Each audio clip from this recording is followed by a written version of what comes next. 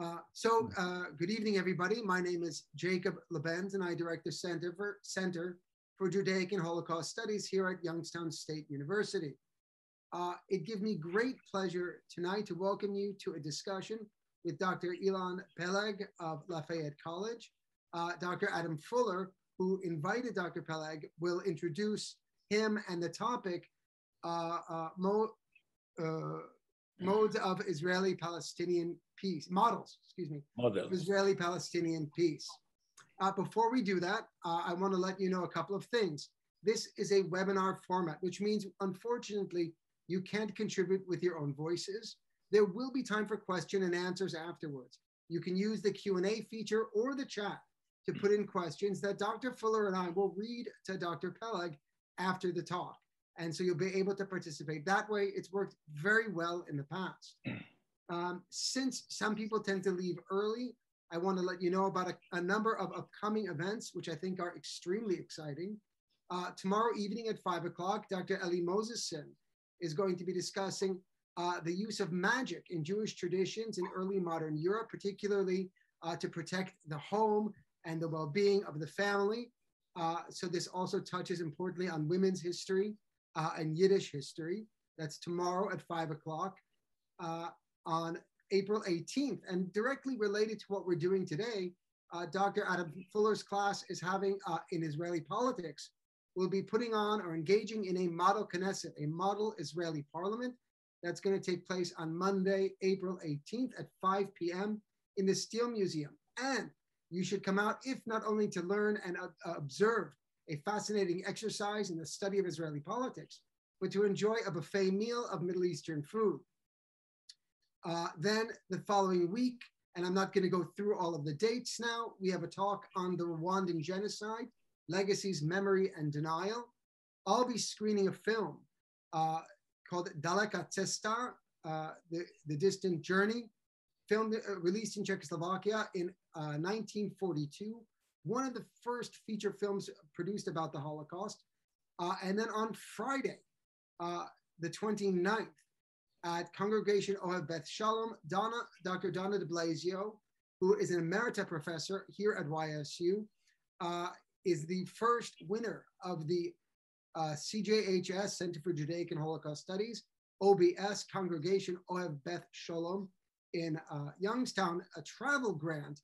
And she will, after services, which begin at 6 p.m., everyone is invited. There'll be another dinner, which is free of charge, but you must RSVP to me. Dr. de Blasio will be talking about her work trying to get the temple's building listed on the National Register of Historic Places. But we're here tonight to hear a lecture from Dr. Ilan Peleg and to discuss the topic of Israeli and Palestinian peace models with him. And to do that, I want to hand the floor over to Dr. Adam Fuller, who has invited Dr. Peleg to be with us tonight. Thank you for coming. It is my pleasure to introduce Dr. Ilan Peleg, who is a globally recognized scholar of Israel and the Middle East.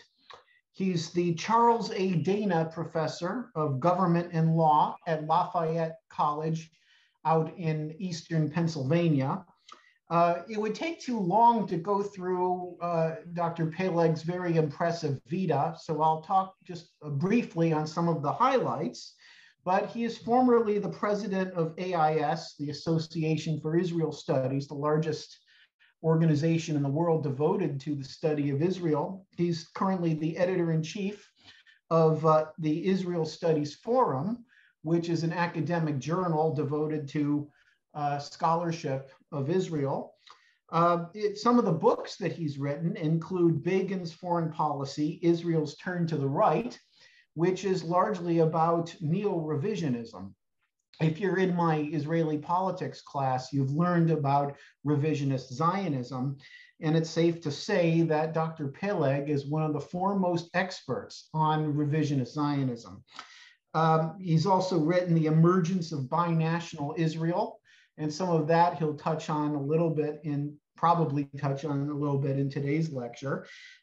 He's written Human Rights in the West Bank and Gaza, The Peace Process in the Middle East, and a book that I think is fabulous is The Foreign Policy of George W. Bush, I've written a couple of books myself on neoconservatism, so I think it's safe to say that Dr. Peleg's book on neoconservatism, this particular book, The Foreign Policy of George W. Bush, is, in my mind, the best critique of neoconservatism that I've read, and I've cited it myself in both of my books.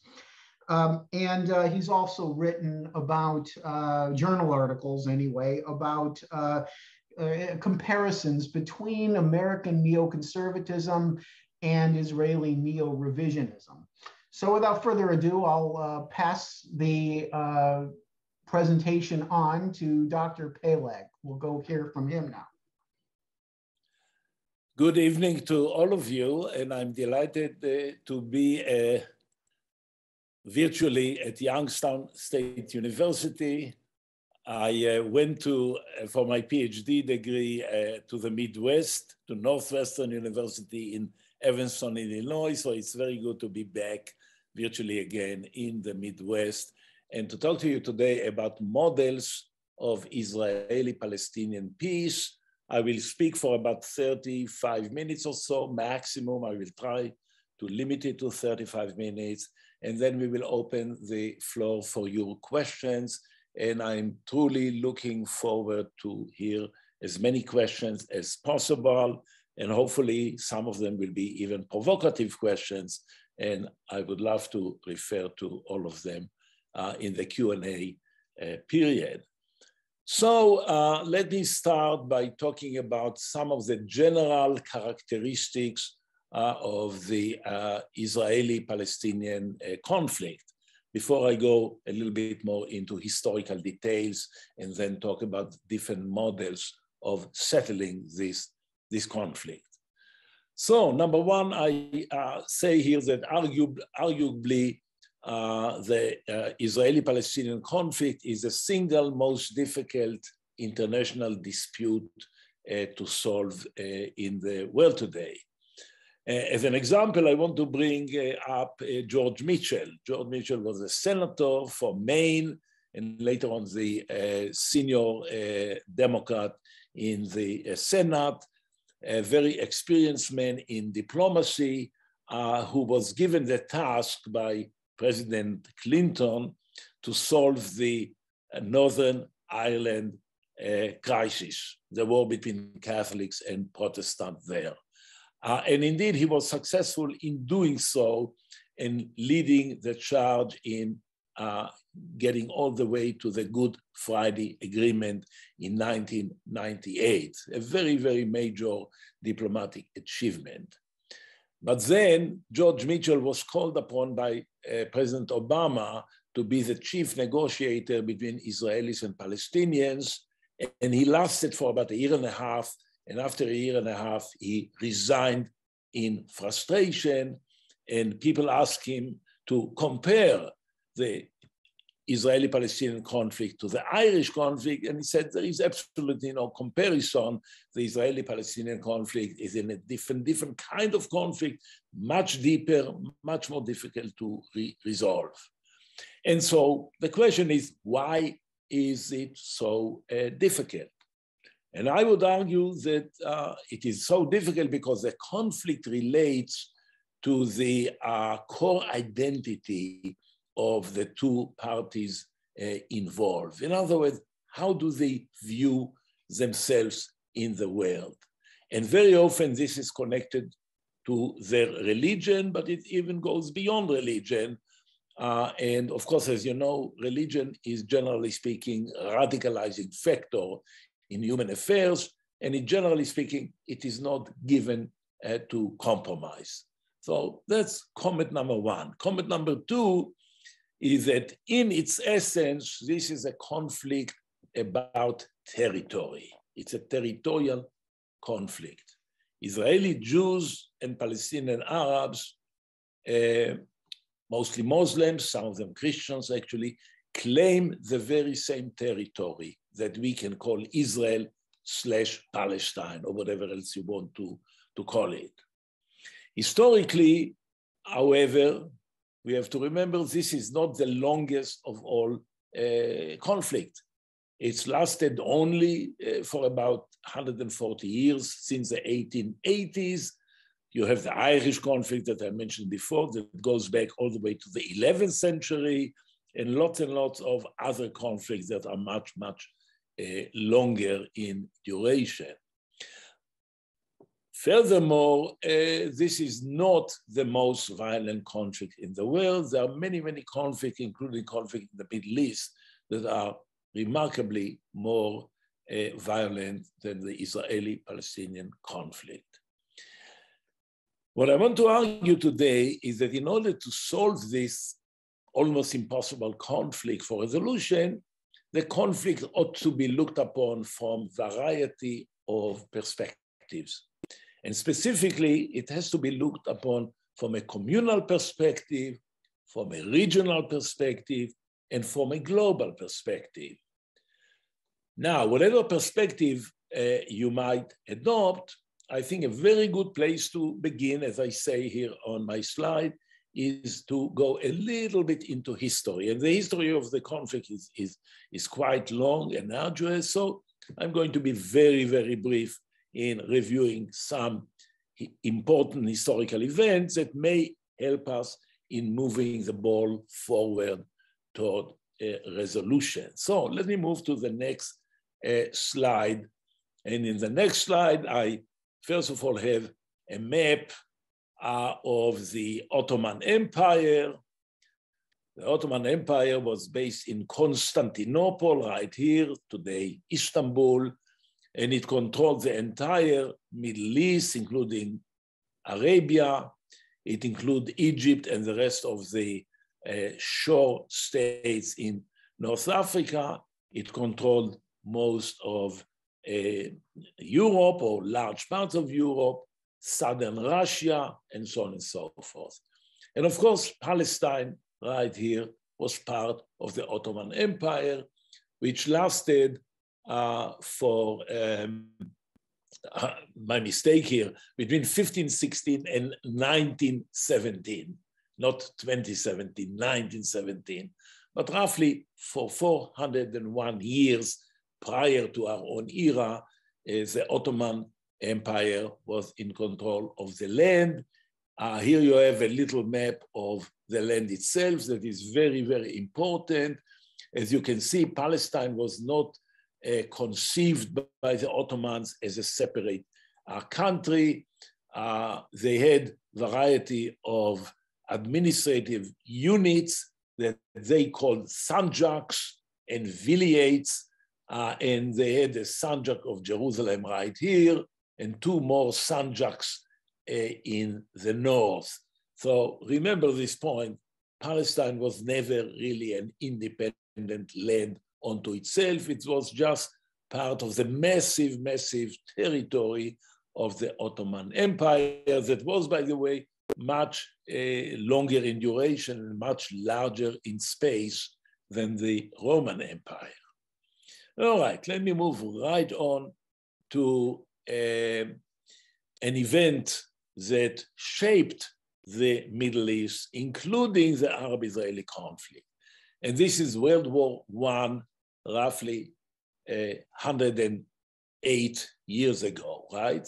World War I lasted between 1914 and 1918, and part of it was an agreement between the French and the British that is known as the Sykes-Picot Agreement. So the Sykes-Picot Agreement was essentially an agreement between the French and the British to divide the Middle East into areas of influence where once they are successful in defeating the Germans, the Austrians, and of course also the Ottoman Empire that was part of the German-led coalition. So the Sykes-Picot Agreement basically recognized this area in the north here, including Lebanon, as part of a French-controlled area. Then it had a French-influenced area, a British-influenced area, and a direct British control area. All right, this was essentially the idea of the Sykes-Picot Agreement, divide the Ottoman Empire in the Middle East into areas of influence. Most interestingly, Palestine was perceived by the British and the French as an international zone that eventually may become independent, but they thought that they will be able to have a condominium, a co-control over the area.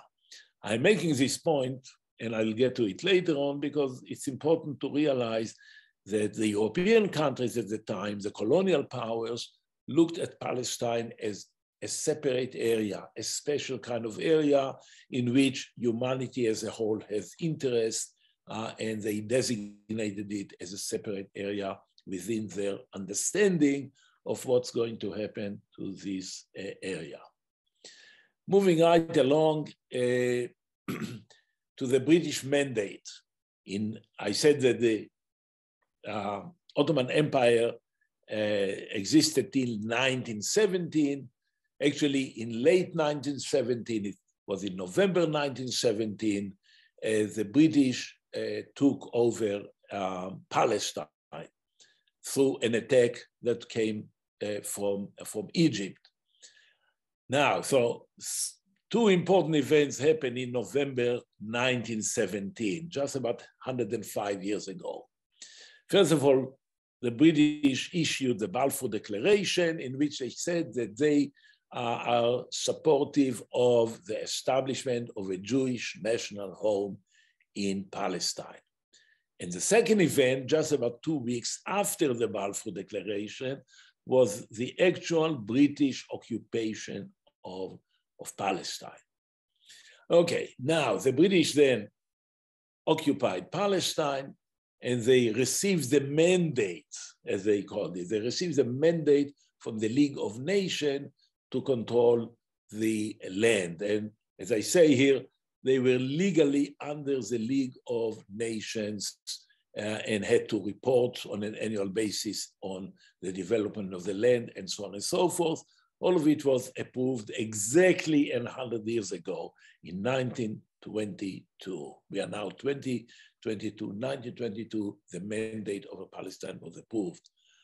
Now, the problem, however, in the mandate from the very first moment was that you had in the territories that we call Israel or Palestine, call it whatever you want, actually the territory had two very separate communities, the Arab population of the land and the Jewish population of the land. And those two populations had very different political agendas, leading eventually to increasing communal conflict between those two communities. The British were aware of it fairly soon after the establishment of the mandate, and throughout several years, 30 years that they have been there, they developed a number of proposals to solve the conflict. One proposal was known or became known as the 1922 Churchill White Paper, written actually by Winston Churchill, who was the minister of the colonies, the secretary of the colonies in the British government. The idea of Churchill was to divide Palestine into east and west, east of the Jordan River and west of the Jordan River. Later on came the Peel Partition Report from 1937, and both of those were eventually rejected by the Arabs and accepted by the Jews with different provisions. Then, of course, the newly established United Nations came into being in October of 1945, and they eventually voted to partition the land in 1947. This is a famous partition resolution of November 29, 1947. And of course, this eventually, rather than establishing peace, led to war, refugees, and ongoing conflict. So here you have several maps that demonstrate to you what I was just talking about. These are partition plans responding to the increasing communal conflict. First of all, you have the Churchill white paper from middle of 1922. This is, okay, here it is. This is the Jordan River here, leading from the Sea of Galilee to the Dead Sea, the holy, sacred, particularly to Christians, Jordan River. This was an Arab designated area. This was an area that Jews were allowed to, and only this area, they were allowed to settle. Okay, so this is the Churchill 1922 proposal. Here you have the partition scheme of Peel, the Peel Commission from July 1937. This was supposed to be the Jewish state. This was supposed to be the Arab state. And this area was supposed to remain under the control of the British. And out of this, 10 years later on came the partition plan of 1947, known also as Resolution 181 of the General Assembly, in which Palestine was divided into a Jewish state. This is the yellow area here, an Arab state, which is the gray area, and then internationalized Jerusalem right here. Okay, so this was the series of very important resolutions. Now, unfortunately, the conflict was not solved in 1947. As a matter of fact, we had a process in which we moved from communal conflict to regional wars and even global involvement on the part of the United States and the Soviet Union in this conflict. You had particularly three important wars, one in 1948, the other one in 1967, and the third one, the Yom Kippur War in 1973. The most important of all of them probably, well, I would say 1948 set the tone for the relationship till today, the trajectory of the conflict. But 1967 was very important because the Israelis were able to defeat militarily the Egyptians, the Jordanians, and the Syrians, and basically going out of this area of Israel of 1949, they conquered the Golan Heights, the West Bank, or Judea and Samaria, it is being called, and the Sinai Peninsula. So these are the boundaries of 1967. Okay, moving right along, I want to talk about what I call the results of the war, the good and the bad. So obviously, all wars are in many ways negative, bad. They result in the death of many people, soldiers as well as civilians, as we see today in the Ukraine, right? I want to suggest, maybe controversially, that sometimes the result of the war lead the countries that are involved in them to actual peace, right? The 1967 is an example of that. The 1967 so-called Six-Day War led to United Nations Security Council resolution, very famous resolution 242, that decided on November 22nd, 1967. And this resolution established the framework for peace between Israelis and Arabs, and particularly Israelis and Palestinians. It established the principle of peace for land. In other words, the Arabs will recognize Israel and give it peace, and in return, the Israelis will return some of the land, some people say all of the land, conquered in 67.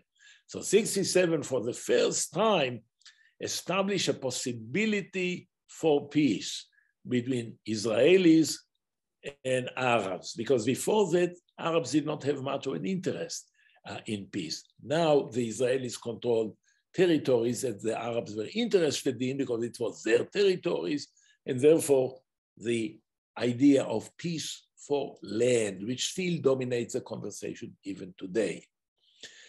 Then came the 1973 war, the most terrible of all wars that Israelis and Arabs have ever fought. And it leads, however, to an Egyptian-Israeli talks at Camp David under the leadership of President Jimmy Carter, and eventually it led to the 1978 Camp David Accords, leading a year later on to a complete and total peace between Israel and the most powerful country in the Arab world, Egypt. Then nevertheless, very quickly, 1973 did not solve the Palestinian part of the conflict. So in 1987, after about 20 years of Israeli occupation of the West Bank, the first intifada began in Gaza and the West Bank. The intifada was basically a popular rebellion against the Israeli occupation. It convinced many of the Israelis, not all of them, that peace was essential, and this eventually led in 1993 to the Oslo Accords.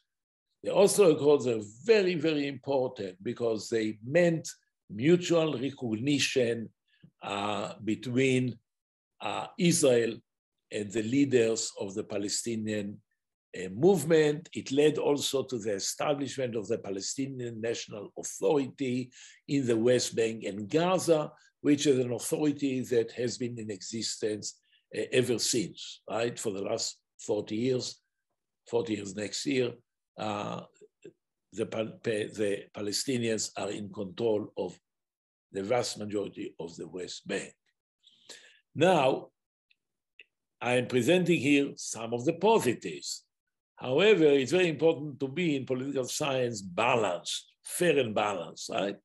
So I would say here that along the ways, we had serious setbacks in moving toward peaceful relationship between Israelis and Arabs. Among them, the assassinations of an important Arab leader, Anwar Sadat of Egypt, on October 6, 1981, and later on the Israeli Prime Minister Yitzhak Rabin, killed on November 4, 1995. Interesting to note here that both of them were killed by religious fanatics of their own denomination, their own religion. Anwar Sadat was assassinated by Muslim fanatics. Yitzhak Rabin was assassinated by a Jewish fanatic. And this kind of fanaticism led to the rise to power of right-wing nationalist elements, I would say, in the Arab world from time to time and in Israel from time to time. So the right wing did not take over forever, but for large segments of this critical period, they did have control, and this was not particularly helpful in terms of the Arab-Israeli peace solution. What I'm saying here, to sum it up, this particular part, before I go into the models themselves, is that the region is still looking for a way for solving the conflict in a way that will respond to the parties' interests and establish peace among them. So in other words, we did not have a process that was totally dominated by conflict, nor did we have a process that was totally dominated by peace efforts. I think we have a mixed bag, and we have had it now since the 1967 war. Now, here is a picture of some of the achievements. Here is Anwar Sadat, Jimmy Carter, and Menachem Begin in 1978 in the White House, signing the Camp David Accord. Here you have Bill Clinton convening or almost pushing Yitzhak Rabin and Yasser Arafat to shake hands on the lawn of the White House in 1993. So those are, I would argue, among the most encouraging pictures that I can show you in terms of achievements for the Middle East peace process. Now, let me talk more analytically, right? I'm a political scientist, we like to analyze things. So I want to identify for you 5 alternatives for promoting the peace processes or the peace process in the Middle East. And what I say here that since 1967, this is now quite a long time, about 55 years, the Middle East has witnessed at least, in my analysis, 5 distinct methods for promoting the peace process. And this is my classification. Number 1, you had United Nations type resolutions, where the UN get together and make a resolution that they hope will create better conditions for moving forward on peace. An example is the United Nations Security Council Resolution 242 that I mentioned before, Land for Peace. It did not solve the problem, but it at least created the framework that would allow the parties to move toward resolution. Number 2, shuttle diplomacy that was actually invented by Henry Kissinger, the legendary Secretary of State and National Security Advisor under Nixon and Ford. And he was shuttling between Amman and Damascus and Cairo and Jerusalem, pressing the parties to negotiate. And he was quite successful. Later on, Secretary of State John Kerry, quite recently in 2014, decided to try shuttle diplomacy. He was a little bit less successful in doing so.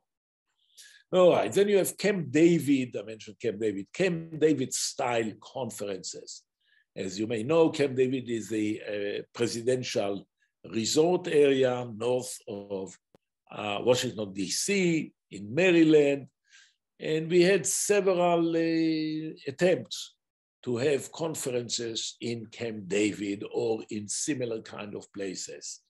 The idea being that you have to bring the parties together into a pressure cooker and push them together, whether they want it or not, until they reach an agreement, right? This was very successful in 1978, but it was a complete flop in July of 2000. It was a partial success at the Y Plantation type agreement, which was also at Camp David style in 1998. All right, number 4, maybe the most interesting of all of them, is Oslo type dialogue, which is basically a dialogue between concerned citizens who are worried about their governments not doing enough and not working energetically enough.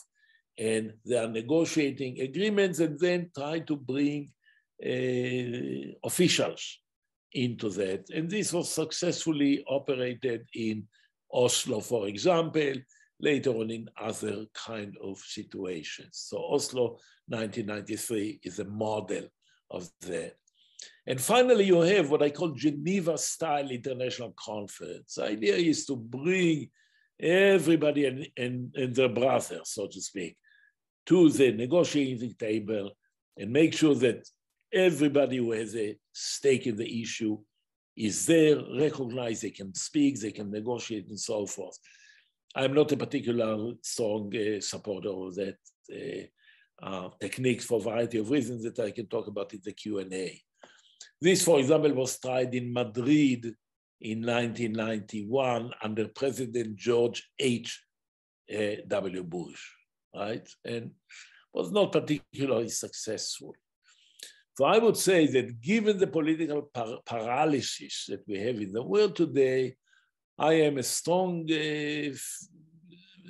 favorite. Strong favorite for me is number 4, but I think possibly in combination with number one, for example, and possibly even number three.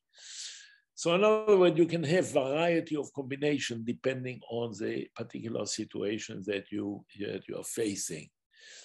On the other hand, as I already said, number five looks to me as useless and even dangerous. It's very dangerous to bring so many people together.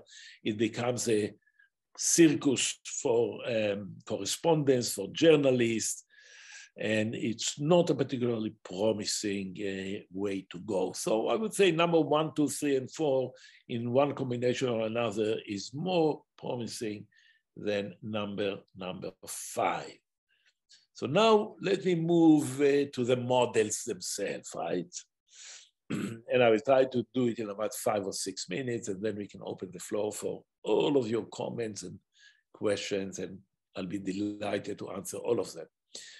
So the question is, to me, we are talking about a peace process, but the question is, what is the ultimate destination of the peace train, I like to call it? Where is the train going, right? You have to have a general idea of where you are going before you start going there.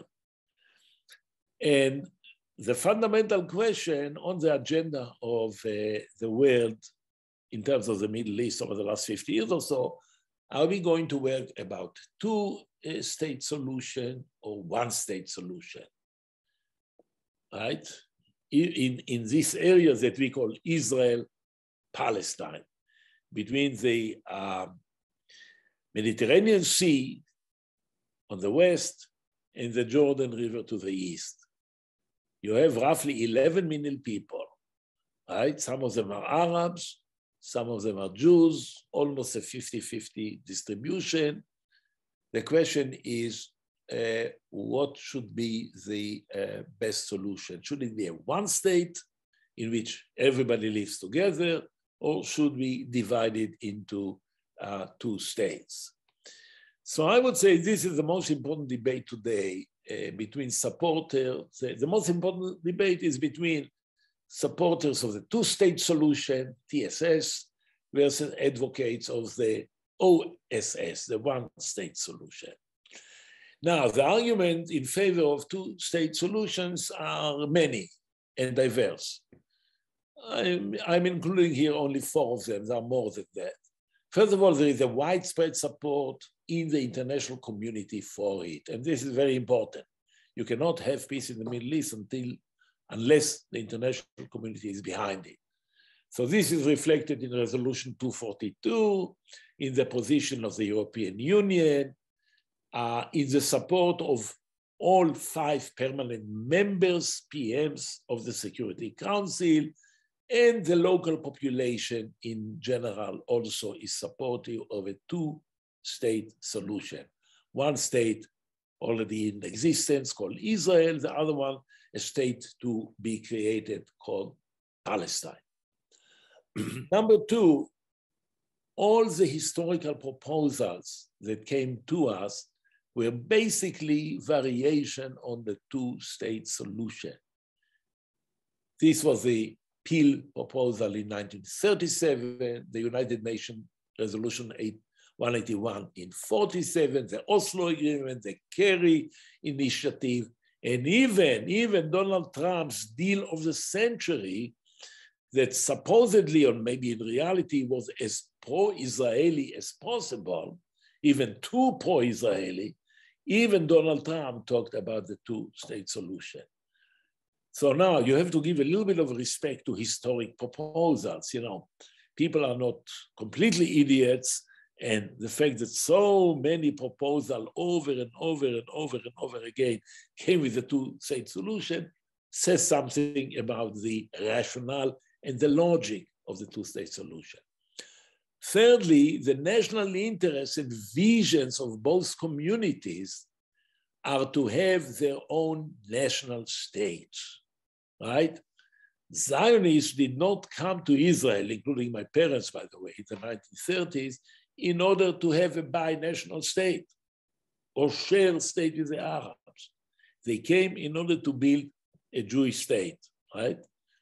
The Arabs, same thing. once you have a Palestinian state, I can assure you it's going to be an Arab state, and it's going to be very clearly a Muslim state. Hopefully not two Muslims to make the life of secularists impossible, but there is no question about it. The interest and the vision of both communities is within the framework of national states. And number four, I argue that specific issues, as difficult as they are, and believe you me, they are extremely difficult. I've been writing about it for about 40 years. Specific issues could be resolved through negotiations. Security, for example. There is already an agreement on demilitarized Palestine and cooperation between Israelis and Palestinians in the security area. Refugees. What should they do with refugees? There is not an entirely agreed upon solution, but people are talking about compensation and settlements of Palestinians in Palestine, not in Israel, in Palestine. Jerusalem. What should we do with Jerusalem? Should it be united Israel under Israeli control, or should it be two capitals in one city? Probably the two capitals is an interesting idea that can be achieved, although not easily. Now, so the argument against the two-state solution is on the part of a variety of people, some of them very close personal friends of mine, is that it's unachievable or unrealistic. And the evidence by people who make an argument is they say, look, we have tried it for 50 years, it didn't work, it's about time we move forward, okay? With all due respect, I think it is, a position that I do not accept, but I respect this kind of argument, and it has to be dealt with seriously. Now, we are talking about, over the last several years, particularly about the emergence of the one-state solution rather than the two-state solution. Given the lack of progress, as I mentioned before, of the two-state solution option, there are one-state ideas that are circulating, and I'm mentioning here particularly several Jewish intellectuals that have been promoting these ideas. My good friend Ian Lustig from the University of Pennsylvania, the great liberal intellectual Peter Beinart, Shaul Magid, and quite a lot of others. However, I want to call your attention to the fact that the one-state solution has many different versions. And again, I love to make classification because I think it helps us in analyzing situations. So I am identifying here 4 different versions of the one-state solution. First of all, you have the solution that right-wing Israelis would like to have. Very simple. Annex the entire occupied territories. Of course, this is not something that any Palestinians, not even a single Palestinian, will agree to. And this is probably not something that can be achieved without establishing, for all intents and purposes, an apartheid system, God forbid, in Israel, okay? So the total annexation is, in my opinion, dead on arrival, right? You have right-wing Israelis, very, very radical, who talk this language, but it's a lot of talk. There is nothing much to it in reality. Number 2, Palestinian Islamists, equivalently, this is the mirror image, believe that all of Palestine is theirs. And if you look at the Hamas covenant, hamas.org on your computers, you will see that they say every single inch of any land that ever belonged to Islam is Holy Land. So all of Palestine is ours. So just like number 1, number 2 is, sort of people are playing ping pong with themselves. It's a lot of talk. It doesn't have any cachet in reality. Thirdly, more serious than 1 and 2, Western idealists, I call them, believe that we should just establish a liberal democracy in all of Israel-Palestine, in which every Palestinian, every Israeli, whether they're Christian, Muslims, or Jew, will have equal status in a liberal democracy. Again, as I said before, this is very much against the actual vision that both Palestinians and Israelis have in terms of their own societies.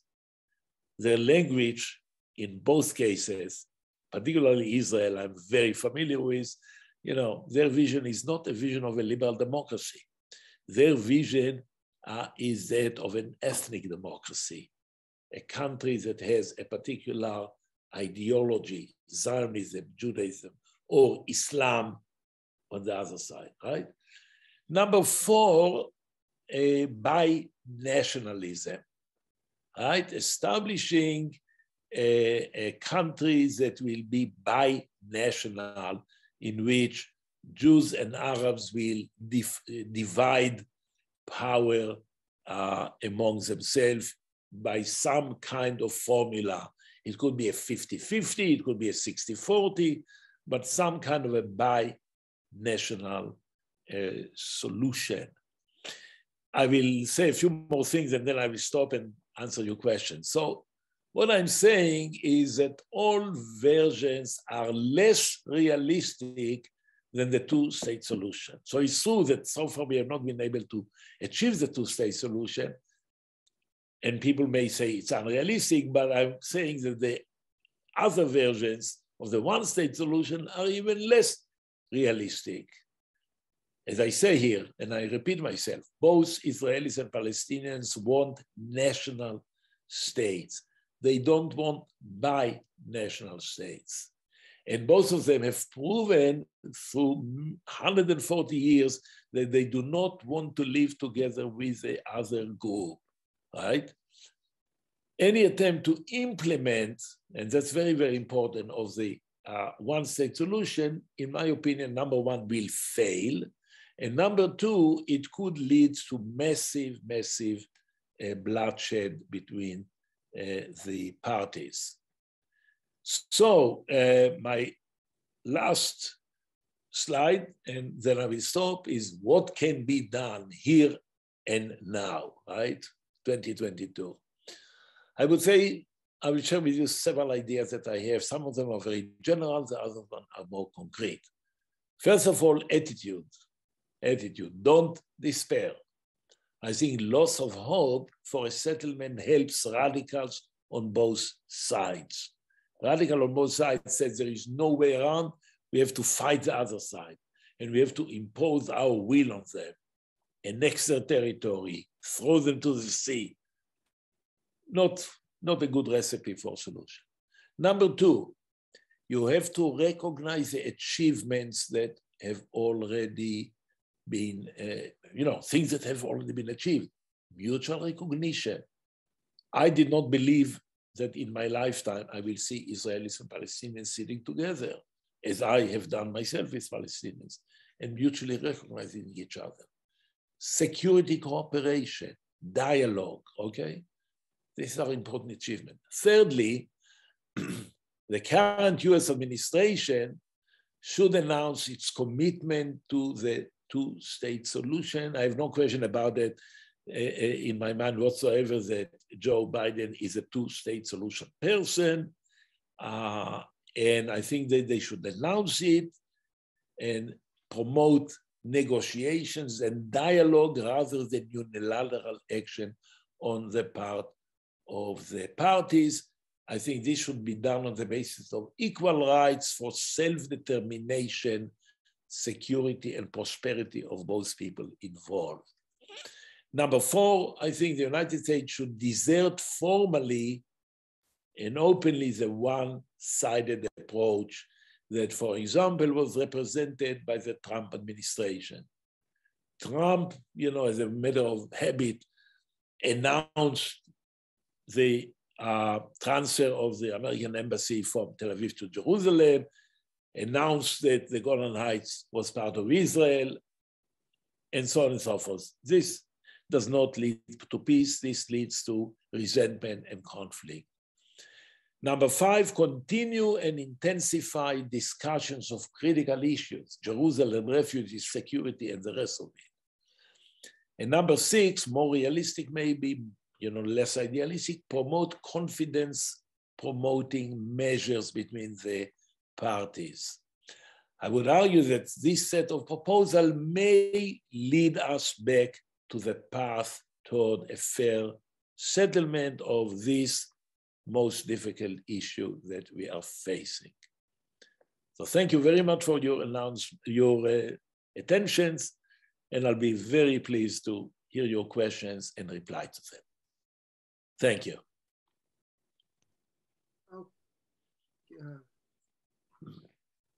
Okay, oops. Okay. So ladies and gentlemen, first, thank you, Dr. Peleg, for a importantly clear but also thought-provoking talk. And we now have time for questions from the audience. Just type them into the Q&A if you have them, and we'll read them aloud for you.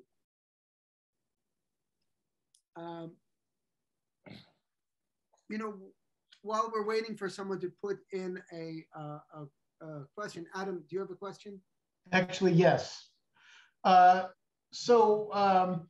your 5 alternatives as models for peace, there's a 6th, I think. I want to know what you think about it. The 6th would be the outside-in model, which actually, aside from the deal of the century, Donald Trump supported and pushed for. And I think it was kind of something that emerged during his presidency, which instead of dealing with the actual participants first, Israel and the Palestinians, try to deal with the outsiders, the Gulf states, other countries within the region,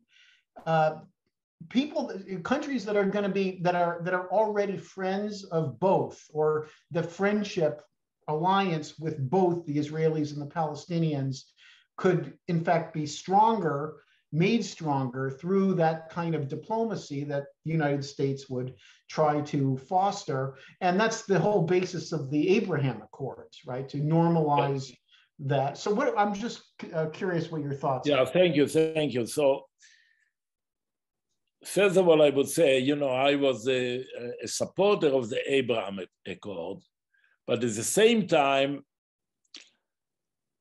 I had some reservations about it because I looked at the Abraham Accord as a diversion from the main issue. The main issue is the Israeli-Palestinian conflict. It has always been the main issue. Even when, Israelis fought against the Arabs in 1967, I was a soldier at the Israeli army, by the way. So the students are looking at the actual occupier of the West Bank, right? Particularly the city of Jenin, out of which comes a lot of terrorism nowadays.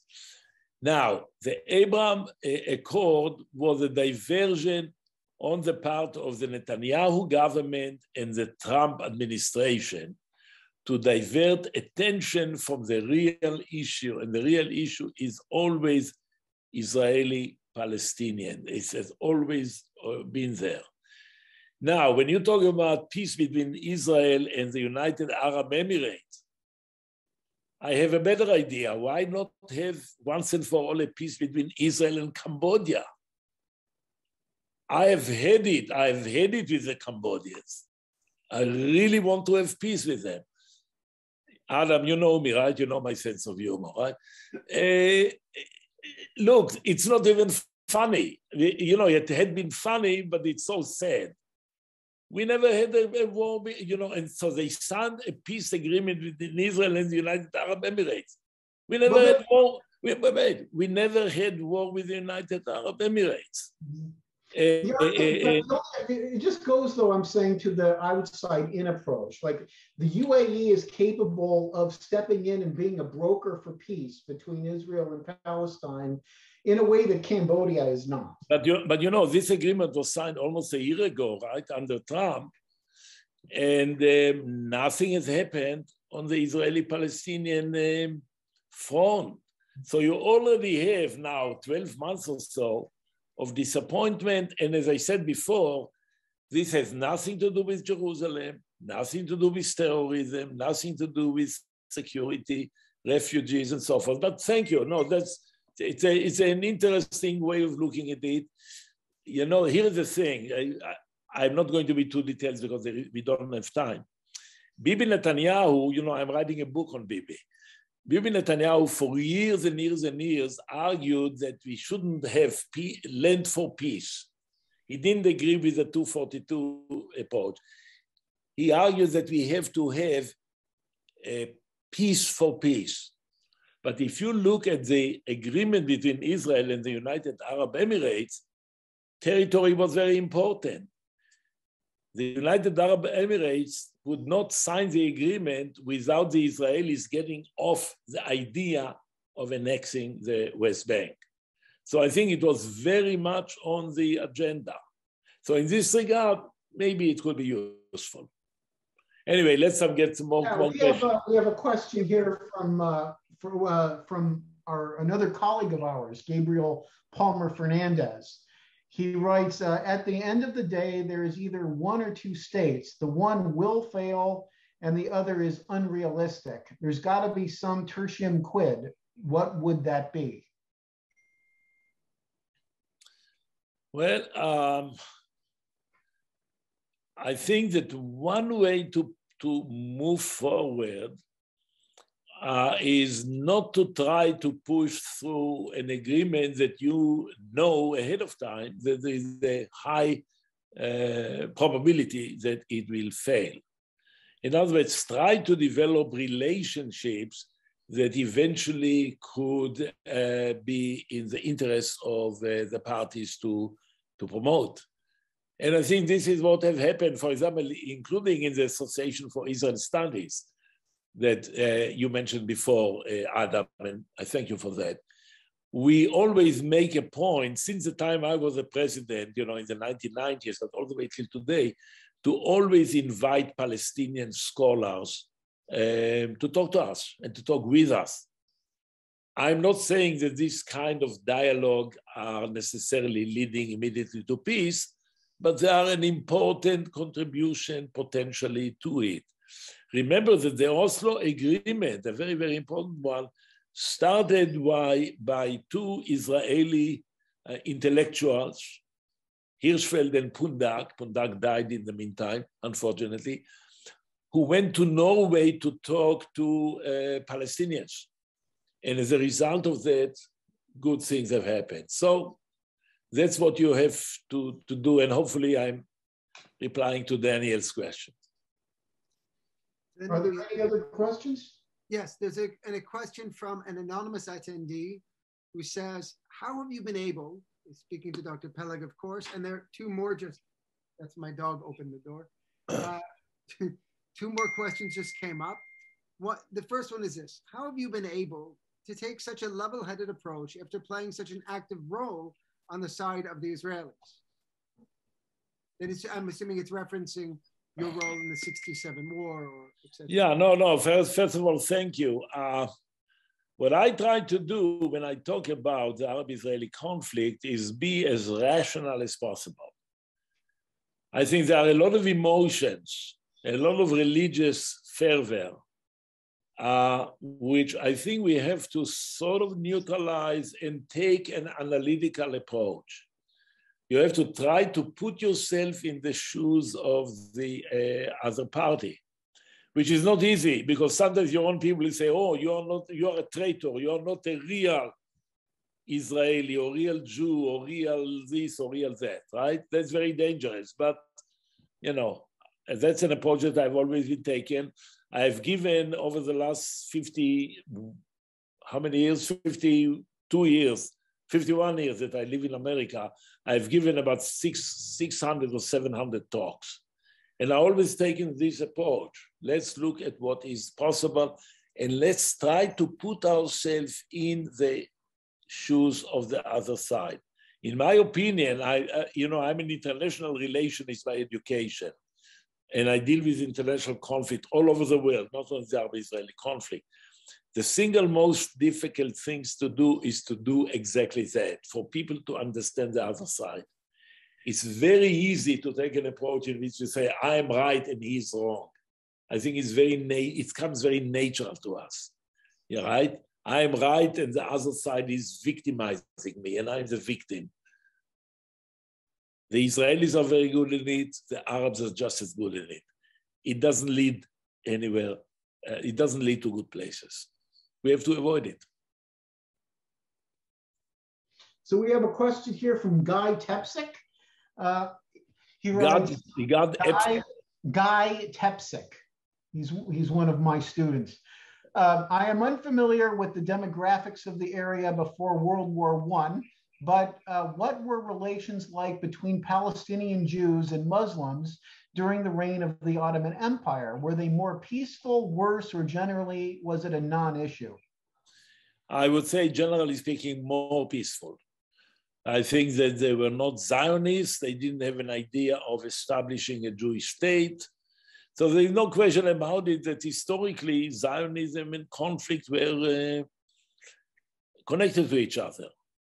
But there is no way of de-Zionizing Israel. I think the only way is to try to work with what you have on the ground now. So my solution starts very much with the demographics on the, right? And the demographic leads always to some kind of partition that essentially was also the solution to the Indian subcontinent, to Cyprus, and to many, many other things. So one methodology that I have, other than being as rational as I can and as dispassionate as possible, is to look at historical examples. So for example, in my book, which Adam, you forgot to mention, my book, Democratizing the Hegemonic State, I make an argument that everywhere that you go, everywhere that you look at binationalism, with the exception of maybe one or two cases, binationalism has been a total disaster. It has been a disaster in Cyprus, total disaster in Sri Lanka, used to call it Ceylon. You can go on and on and on. I don't have enough time. Kashmir. Binationalism simply does not work. The only place that it somewhat have been working, but we are far away from it, is Canada.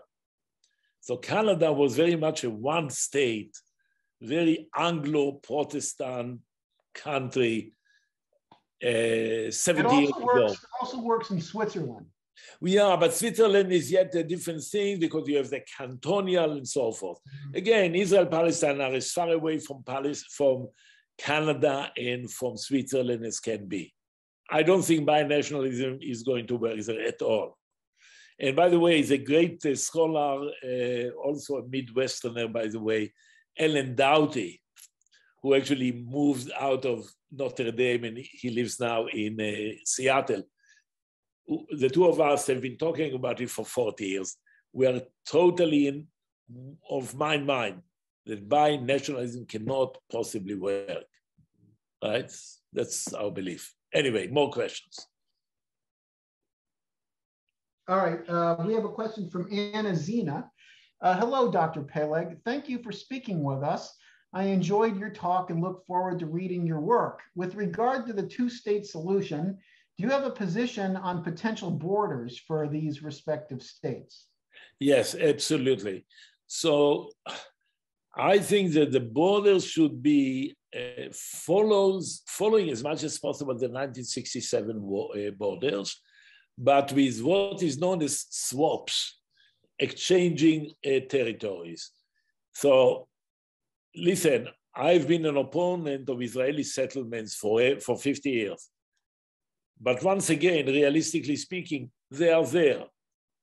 So the possibility of solution that is already discussed with the Palestinians and accepted by them, that Israel will annex 5 or 6% of the territories, but in return, Israel will deliver territory to the Palestinians on a one-to-one basis, Even, as I said before, the Trump so-called deal of the century, right, talks in terms of those criteria and principles. I think the actual proposal that he has does not go far enough in this direction, but even, Jared Kushner, who wrote this plan, and, his father-in-law approved it, even they go this direction.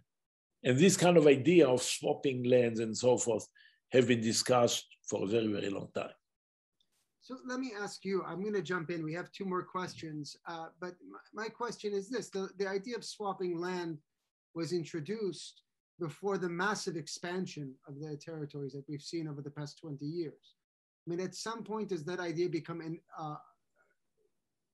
unrealistic as well, right? At some point, there seems to be an active plan or an active policy of making these swaps more difficult, making a two-state solution more difficult through the further expansion of Israeli settlement. Mm-hmm. In which case, can we still talk about the two-state solution without it stating from the beginning that we are going to move a lot of Jewish settlers back into territorial Israel? No, I agree with you, first of all, with your notion of the dynamics. The dynamics is not good. But in this regard, I appreciate Adam's comments, going to the United Arab Emirates prevented the continuation of this process. If you look at the agreement, the so-called Abraham Accords, it's very clear that there is at least a suspension or maybe postponement. It's not clear for how many years of any idea of massive annexation or building of new settlements. No question about it. So, something good came out of the Trump administration in this regard. By the way, totally unintentionally by Trump or Bibi Netanyahu. Bibi Netanyahu wanted, you may remember, to annex, right? Donald Trump wanted the deal of the century. Annexation died because of the agreement with the United Arab Emirates, and the deal of the century died upon its arrival. I cannot find even one single serious scholar in the field, and I know hundreds of them, Arabs, Jews, Americans, Europeans. No one thought seriously about the plan. The plan was dead on arrival 100 times. And so what I would say, something I want to leave you with, the two-state solution is like a cat with 9 lives. You may want to kill it. And, everybody has been trying to kill it over and over and over again, particularly Israeli annexationists, but also radical Arabs. It cannot be killed. And it cannot be killed because in this territory, between the sea and the Jordan River, you have 2 nations with different way of life, different religion, different languages. They differ from each other in every way that you can imagine. Now, I agree with what you say, that time is not working in our favor. But maybe the last thing I would say about it, that the death of the two-state solution has been announced 40 years ago by my good friend, Deputy Mayor of Jerusalem, Benvenisti, 40 years ago. So you remember what Mark Twain said about the rumors of his death, right? Mark said it was premature. I think the same thing. It can be done if there is a will to do it. And so I'm discouraged by too many people saying there is no way of doing a two-state solution. Because by saying it, you are already burying it. You are killing it by simply saying it. So, maybe one last question? Okay. Unless if you have 2 of them that you can... There are 2, and then we'll close it. I'll go, and then Adam. So in relation to your answer to Anna's question, the one about the particular boundaries, so we're on the same topic of a proposed 2-state. what do you think of the particular aspects of the Lieberman plan? The Lieberman plan is totally and completely unacceptable, not to me because I'm not a side to the conflict, but to the Arabs. What Lieberman is basically saying is, you know, I'm going to deliver Arabs who live within Israel, I'm going to deliver them to the Palestinian state. These people are as citizens of the state of Israel as I am. And so why would we listen to Mr. Lieberman, who was born in a very important city that I'm sure you know a lot about, Kishinev, in Moldova, a guy from Kishinev, Moldova, who speaks Hebrew in a very heavy Russian accent, is telling an Arab who has lived in this village for 700 or 800 years or whatever, you go away from here, you are not part of us, you are part of them. It's a totally, theoretically, you know, you can make an argument for that. In reality, I think it's a non-democratic idea that will never will be bought by the Arabs themselves. So that's my answer on that. Let me just say that Bat Mincher, who asked that question, will be playing Lieberman in my model Knesset simulation next week. So maybe that'll help to prepare him for the simulation. Yeah. That's interesting. Yeah. What Jacob, was the last question from an anonymous? No, it was in the Q&A section. I can read it if you don't have it. Yeah, go ahead. So our last question tonight, and I apologize to my student Miles who came in and asked a question, but we were going to limit it here. Given the complex nature of the Israelis and Palestinians' relations and their hostility, is it possible to maintain a healthy two-state solution? I think you have to start somewhere. I think that if you have, first of all, I agree with the assumption, that you have hostility and so forth. But let me say something positively, because I think it's important to be positive here. The relationship on the ground are much better than people assume them to be. For example, particularly relationship between Israeli Arabs and Israeli Jews within the state of Israel. The relationships, I wouldn't describe them as ideal, but they are much more cooperative relationships than the New York Times and other publications put out.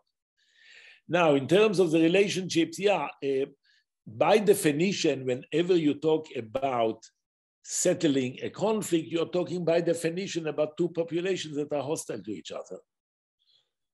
So maybe analogy that I will have is the relationship between French and Germans. The French and the Germans have been killing each other for hundreds of years, right? Over the last 200 years, you know, in the Prussian-Russian War in 1870, in 1914 through 1918, in World War II, and on and on and on and on.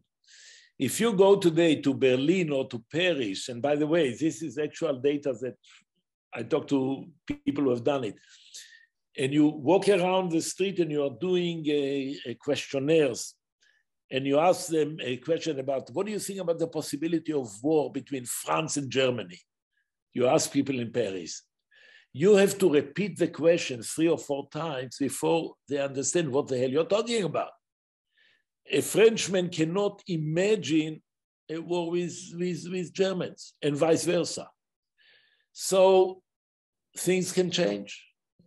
Hopefully they could change. I think right now what is needed is separation, because right now you have a domination of one nation by the other. And I think the domination is not only bad to the dominated. In my own analysis, it's very bad to the domineering, to the dominant party. It creates conflict, it creates violence, resentment, and I think a way to move is to separate the parties and create normal relationships. When we talk, by the way, about the two-state solution, we are not talking necessarily or at all about no economic relationships. We are talking about an economic union all the program, all the plans that I mentioned to you before, 37, 47, and all that, talked about an economic union. Okay, so I think it's important. And I think this is probably the way to go. Okay, well, thank you very much for speaking to us. Okay, I enjoyed it. And if anybody wants to write me, feel free, and I'll try to respond to your questions. Thank you very much. And just thank you very much, Dr. Ilan Peleg, for visiting us. And to everyone who's still watching, please note that if you scroll up in the chat, I put a couple of flyers for the upcoming events for this week and next, and a link to where you can find all of our events for the rest of the semester. Thank everyone. Thank you all for attending. And we hope to see you soon. Thank you.